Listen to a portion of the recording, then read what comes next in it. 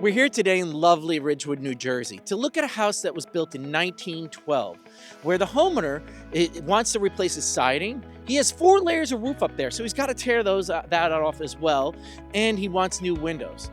Wow, what a perfect time to implement passive house building principles. He is going to add a new air barrier through the products from Proclima, continuous insulation with Rockwool, and he's going to add new white windows into all his openings. And through that, he's going to make his home so much more comfortable, more energy efficient, healthier for himself and his family, while also maintaining the character of the 1912 home and the neighborhood. Ian, so good to see you again. I'm well. Good to see you. Hi, so good to see you again, too. Well, I'm so excited to see this project on its way finally. What made you want to do this? Primarily this guy right here and his sister. So the main focus here is really to try and have a tight envelope, build as close to passive standards as possible, maybe go for certification down the line, but primarily really try and take an old girl here from 1910 and kind of give her a standing chance to go for another 100 years and be as tight of an envelope and use the best stuff that we can get around here, and primarily choose a awesome window for our manufacturer that's made locally and right up the street in Ramsey. I couldn't ask for something better to be local, and so also supporting American companies. I'm so excited to be on this journey with you and to document it and to help people learn from what you're learning and doing. Thank you. It's a great journey to be on with you, and we have a great team, and really excited to kind of kick off here. As you can see, the supplies have come. Next week we start ripping off the skin, and shortly after, new window bucks and putting your windows in is the next step. So super stoked. All right. Well, we'll see you at the next stage. Awesome. Can't wait.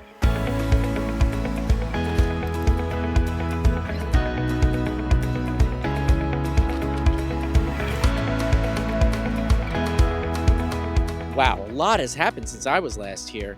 They've removed the siding, they removed the old tar paper, and all this while the family is staying put inside the house. That's what really excites me about this project. How can we make this home so much healthier, so much more efficient, so much more comfortable for its occupants, all while the family is living inside with their young children? Well, they pulled off all the siding here. They removed the old tar paper. They revealed the old plank sheathing, and you see all those cracks. That's how the buildings used to breathe. They used to say, oh, well, buildings need to ventilate. Of course they do. But this was the fresh air strategy. This was the ventilation strategy for the home, having those little gaps between the planks. Well, now we know better, and now we can build better. And we're going to re-air seal this whole home. But before we do that, the insulation contractor is here, and he's going to go around between each stud bay and put a hole and dense pack the cavity of the wall. Let's get a closer look.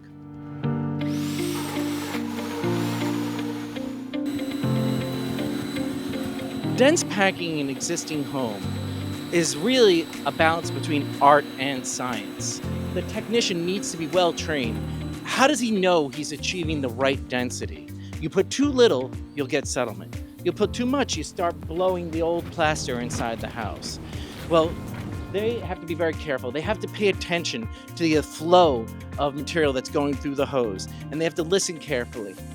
So they stick that hose into the hole, and then they about 6 feet, and they bring it back, and they bring it down, and they work it in and out to make sure they're achieving that density. The goal is to get to 3.2, 3.5 pounds per cubic foot, so it doesn't settle. Anything lighter than that, you'll get settlement. Anything heavier, they're going to start to push out the boards. And so he's got to really pay attention to how the material is going in. I'm going to regret holding this. This is very itchy stuff. I don't like it. And I don't like it also for practical reasons in terms of it has to be installed super perfectly to get it to be effective as an installation. It gets compacted easily. And 90% of this house has no insulation, but they found some areas where there was fiberglass insulation. So the contractor here has had to, when they're making the holes, they're pulling out that fiberglass insulation so that they can refill the cavity with cellulose insulation like they have here. The cellulose insulation's not itchy. It doesn't have the fiberglass. The cellulose is made up of post-consumer newspaper and cardboard, then treated with borate, which acts as a fire retardant and also makes it insect resistant. After they're done dense packing, they gotta patch it all up. Well, they don't use the old cored out hole. They use this beautiful new tapered plug that fits in the hole perfectly and super tight. This house isn't singing the low energy blues anymore.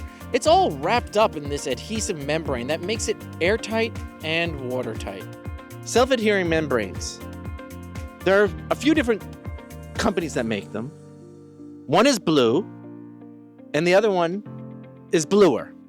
Next, it's going to get exterior insulation. They're going to pop out the old windows, slide in this window buck to give the window a structural basis to be pushed out onto the insulation layer to improve the thermal value of the install. So this is the old sash weight, and it not only was in a cavity that had no insulation, was very air leaky, but then these metals were conductive. So this is all coming out, and it was sitting in here. It was sitting in here and in here. And this is all under one common header. So now he can open this all up, put one high performing window in all this opening, get a much higher performing unit within the same dimensions of the original opening. Right now, the contractor is preparing all the window openings. He's removing the old windows, he's putting in the bucks, they're making them watertight, airtight, and then he's got to protect the openings for the family so that the house stays watertight and secure while they finish up all this preparation. However, you want to minimize this disruption, and if you're ordering your windows from Europe, well, you may get them a month early, but you also may get them a month late. With White, we can coordinate with you and have the windows ready for you when you need them. Let's take a look at the wall that you've chosen to make here, Ian. What were some of the deciding factors on some of the products you chose, and how are they performing to achieve your goals? So the primary driver was to create a vapor open assembly. Really, with the age of the home, we wanted to maintain and keep all original plaster, as much trim work as we could, and blowing cellulose in a dense pack fashion within that cavity. We get an R15 value. And then having a vapor open with the Adhero versus using like a Henry Blueskin, we get something that's basically allowing us to maintain an environment within the home and keep out the elements, and as also a waterproof barrier. Rock wool, mineral wool, the reason for choosing that, overall longevity and resilience and a few factors. It's vapor open, it'll allow that moisture as well. It allows us to have another protection layer, but the biggest factor is its fire resistance. It's not only about coming up with a fireproof wall assembly, but one of the most common ways fires get into house is through the breakage of the windows. Thermal stress, windows crack, comes into the house, then burns from the inside. And so your new high-performing windows are certainly going to help with that. Yeah, we saw a lot, there's a lot of embers and things from the LA wildfires and others that we know. They come in through some eave conditions and places where things start to pull in. So if you have a continuous layer of a fireproof material, you're really mitigating that risk considerably. Here, the homeowner first dense packed the wall cavity, then added a self-adhering membrane for air and water tightness, and now they put on 4 inches of this ComfoBoard mineral wool. They've carefully marked the location of each stud, and now they're adding these furring strips with these long screws to go back into the stud, and they can hang their new siding off of that. So with one product, you are going to get your air barrier, your weather barrier, and it's going to help you maintain a really comfortable relative humidity inside the house all year round. All year. Look at all that beautiful continuous insulation. They've wrapped this whole building up. They got that air barrier on. Now they got that rigid mineral wool on the outside of the building. And what they're doing right now is they're putting this 5/4 purlins on so that they can back vent the siding. So that'll be the nailer for the siding. They just did the corner there, and then they're gonna hang the siding off of that. Looks like someone's got a new high-performing sliding door. Gonna replace this old thingamajiggy that has one locking point and a frame with no insulation value. But Goodbye. Thank you. You've served your purpose. We are moving on to wife's multi-point locking sliding door with a full compressive seal on all four sides. It's steel reinforced so it can be built up to huge sizes, but it also has a slim enough profile that it fits nicely in traditional openings.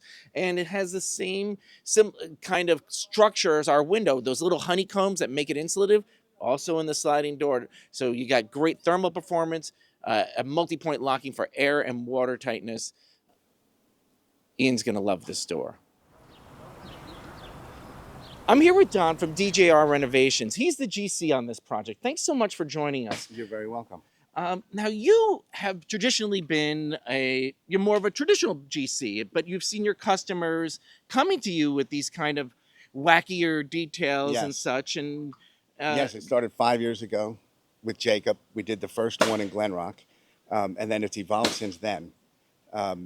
It's a very interesting design, and it's definitely different than what we're used to.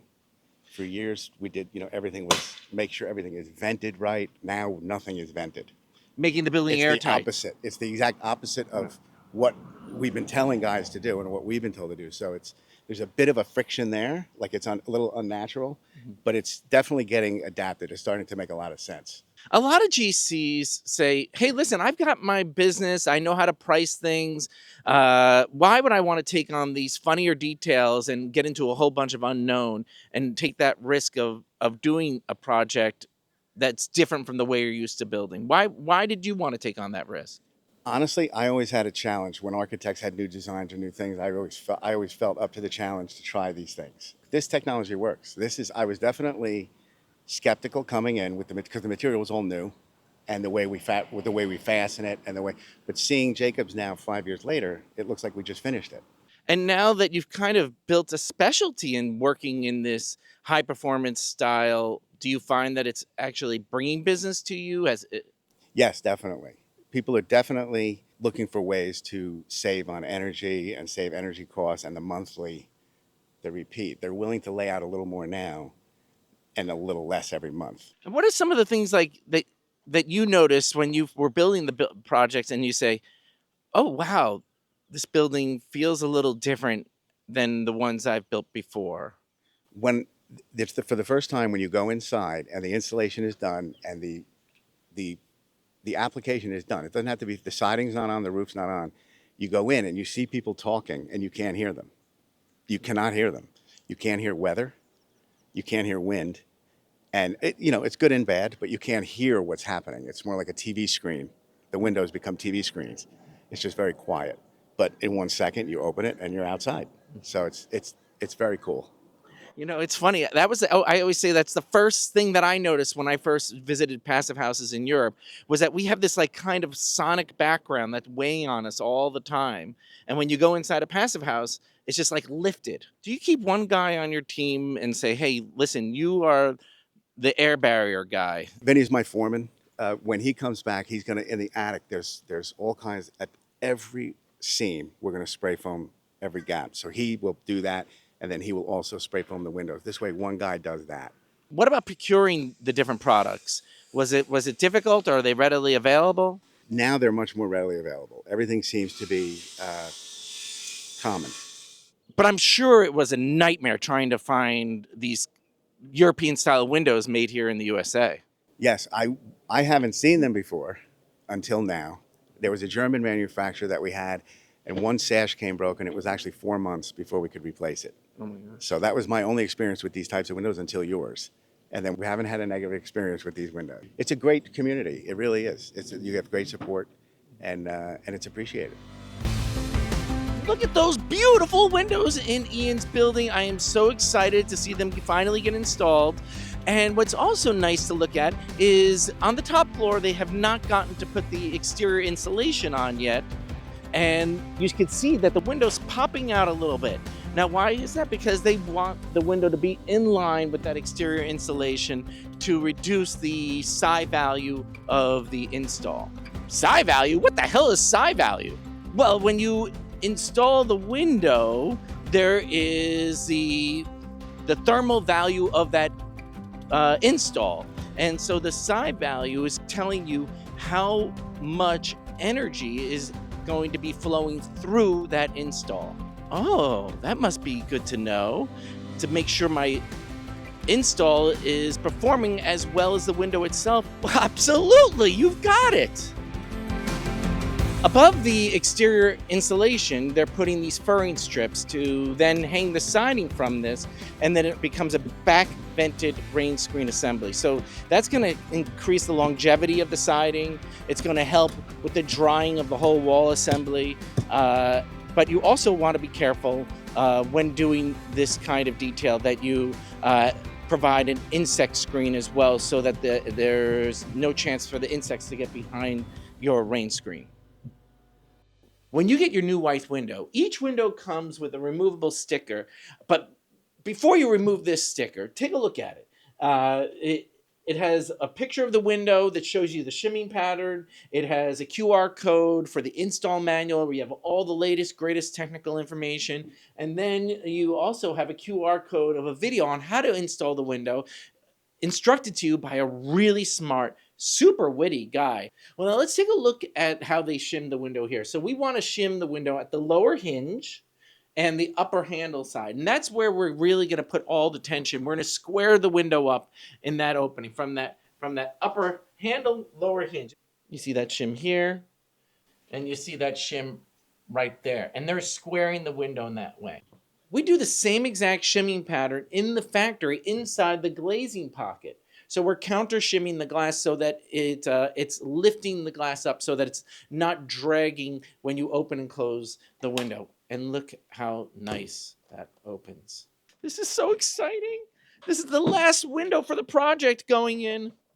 This is a waterproof seal that we put underneath the windows. I noticed that you got this blue like credit card in your hand. Yes. And so why is he doing that? Well, you see, when you press this down, it activates the glues to adhere, and then it becomes nearly impossible to peel it off. Oh yeah, look how he's stretching it into the corner there. Pressing it down, activating the tape. The initial stretch loosens it. I would say I went around and opened a lot of the windows. They opened perfectly. I mean, did you have to do any adjustments to them, or it was just the shimming and that allowed them to work? So All the nicely? windows that I installed here were specifically just with the shimming. Ding, ding, ding, ding, ding! Right answer. Because I know that was a trick question, because really I don't want anyone being doing any adjustments until after a year or two when the house is moved around. If you shim the window correctly, you should do no adjustments. Romeo, wherefore art thou, Romeo? They taken our install mounting cleats, they twisted them into the profile, and they spaced them 4 to 6 inches from the corners. And then on either side of the structural mullion, they've also put mounting cleats. Now, if the spacing was wider than 16 inches right here, they'd put another strap right here. But since it's narrow, they don't need to. Now, we're going to take these mounting cleats and we're going to bend them like this. And that's going to make the perfect Z shape so that we can have that half-inch install gap here.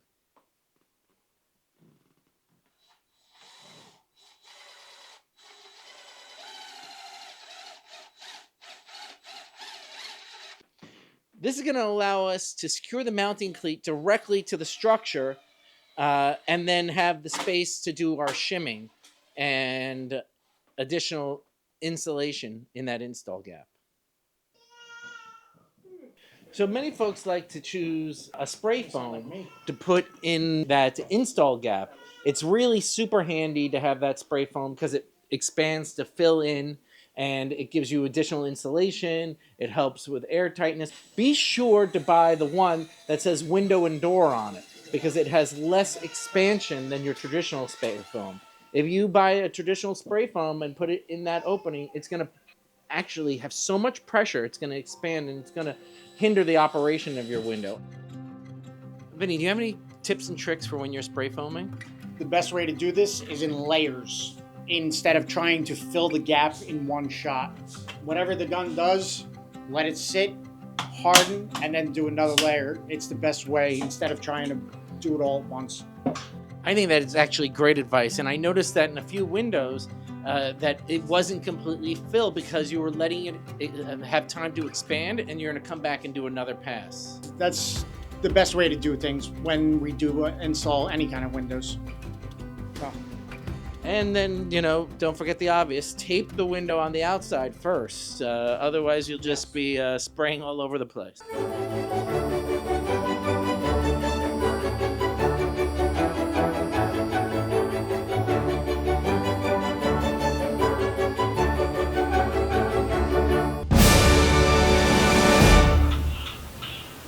No matter how much you plan, no matter how much you prepare, there's going to be some hiccups along the way, and you got to be ready to readjust and remediate a situation as it arises. The siding crew here got a little rambunctious, and they sided the whole side of this building without remembering that there was going to be a sunscreen that's going to hang off the side of the building here. And so fortunately, the team stopped, took a breath, and they removed the siding. They're going to put some brackets in here where they're going to be able to anchor the shade back to the building. So they're going to have a little point thermal bridge there, not a big deal. And then they're going to put all the insulation back and then hang the screen off the building again.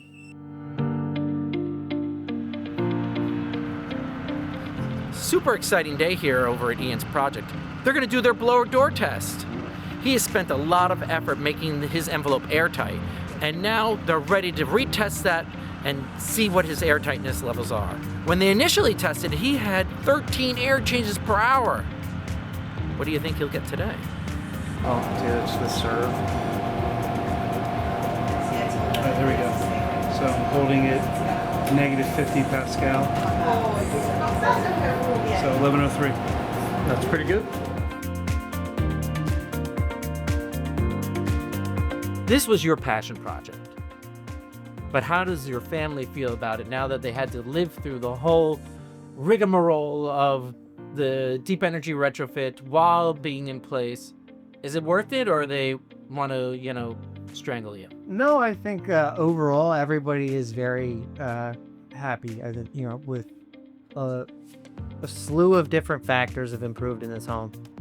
This house is completely comfortable, and it used to be completely uncomfortable. Ian, I want to thank you again so much for having us on this journey with you. It's been inspiring to watch you take on this incredibly difficult challenge with such grace, and you created that game plan. You attacked the issue in a holistic way, and you managed to do it all with the children at home and your wife at home, all living here. So I want to congratulate you. I want to thank you for having us along on this journey. Thank you for being on the journey with us. It was, we couldn't have done it without you. If you were walking down this street in this lovely suburban neighborhood, you'd see this recently renovated home and you'd say, wow, it just looks like any other home in this neighborhood. But what you wouldn't realize is the building science that's behind that lovely new cladding. But you know who does realize it? It's the homeowner and his family inside. They're feeling that comfort of this renovation and the healthier air every single moment of the day. There's something very important to be inspired by the way Ian approached this renovation. While Passive House should always be the goal, we shouldn't let it inhibit us from implementing its principles when it's not possible to achieve that goal. So let's use the Passive House principles to inspire us on our renovations. Let's use these principles to say, okay, hey, we're doing an insulation project. Let's use climate appropriate insulation. Or we're redoing our cladding. Let's take off all that old cladding and let's air seal. Or, hey, the only thing I can do right now is replace my windows. Well, let's use the best windows we can, like high performance European style windows that we make at White Windows. The point is that whatever changes you make today are gonna last a generation or more. So let's use these Passive House principles to build a better future.